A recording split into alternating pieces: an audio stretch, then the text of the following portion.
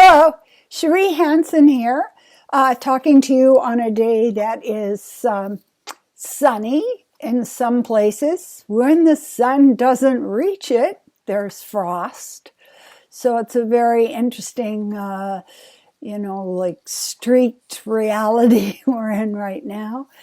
As I look out this morning, the hillsides were covered in white clouds that were looking like they were going to do something, but they just ran away.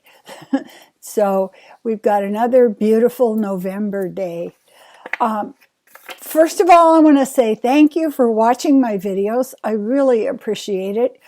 Help me help other people by liking and subscribing to the videos and perhaps sharing them with someone you know who is having a bit of a struggle right now, because the face of the earth is very chaotic. I am having a workshop coming up on January 5th in my house here. My house is very comforting, it's very safe, it's very beautiful, and I coach people here. I have been able to help a lot of people with my card readings and my psychic readings in my house because it's set up on purpose. So that's January 5th, 6:30 to 8:30. Let me know if you're interested. Today I was thinking about the wonderful gift of mindfulness practice.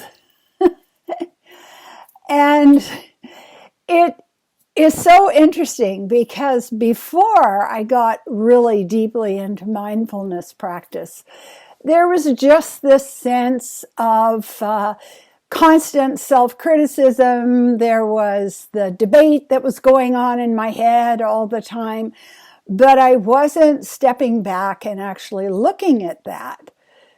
Now what happens is I am constantly in a place where I'm using the questions, is that true? Is that really true? If you believe that, what kind of a world do you live in?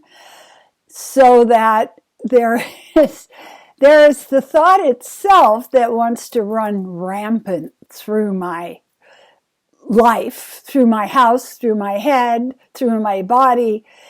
And then there is the observer who is observing the thought and being really curious.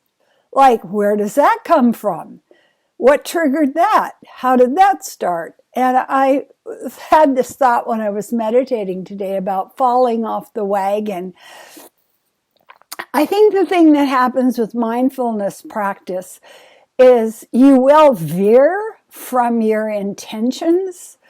You have intentions to take care of your body, to be a more loving person, to manage. That's basically it. Manage life.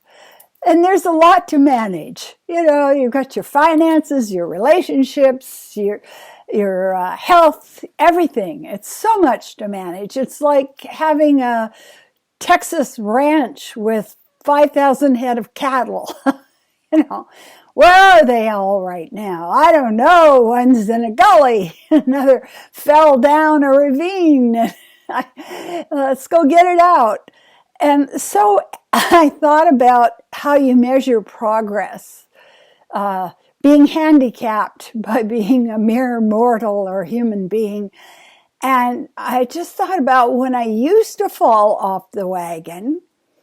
There were times when I fell into victimhood, when I fell into chosen suffering, when I fell into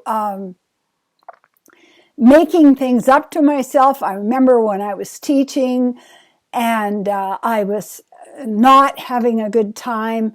It was almond joy bars. I go to the vending machine and I go like, there's no joy in my life. I'm going to eat an almond joy and then I'll have joy in my life. And surprisingly enough, I put on weight and I couldn't wear my clothing and I didn't like the way I looked and I had inflammation and it just snowballed. And now where I am is when I fall, I don't fall off the top of a mountain screaming past clouds and eagles flying around me until I smack on the ground. I fall a little ways. I fall, oh, that was 2 days of not working out. Or that was a day this week of watching Netflix instead of reading, instead of meditating, instead of being in nature. And Eckhart Tolle talks about this. He's so good at describing how we can measure our own growth. How quickly do you get in on it? When you have ego driving you, when you have the hounds of the Baskervilles, just calling out in the dark, and they're sniffing and they're coming at you. How quickly can you see that happening, and can you self-correct? And that's your report card. The other part of it, the second part of it, which is really interesting, is how quickly can you get back into self-love? How quickly can you say, I'm human. This is what happens. I forgive myself. I start over. And, the reset button is amazing. Okay, so I reset. And today I was also observing with myself my own patterns. My pattern is I like to treat my intentions like my ancestors treated cabbage when they were turning it into sauerkraut.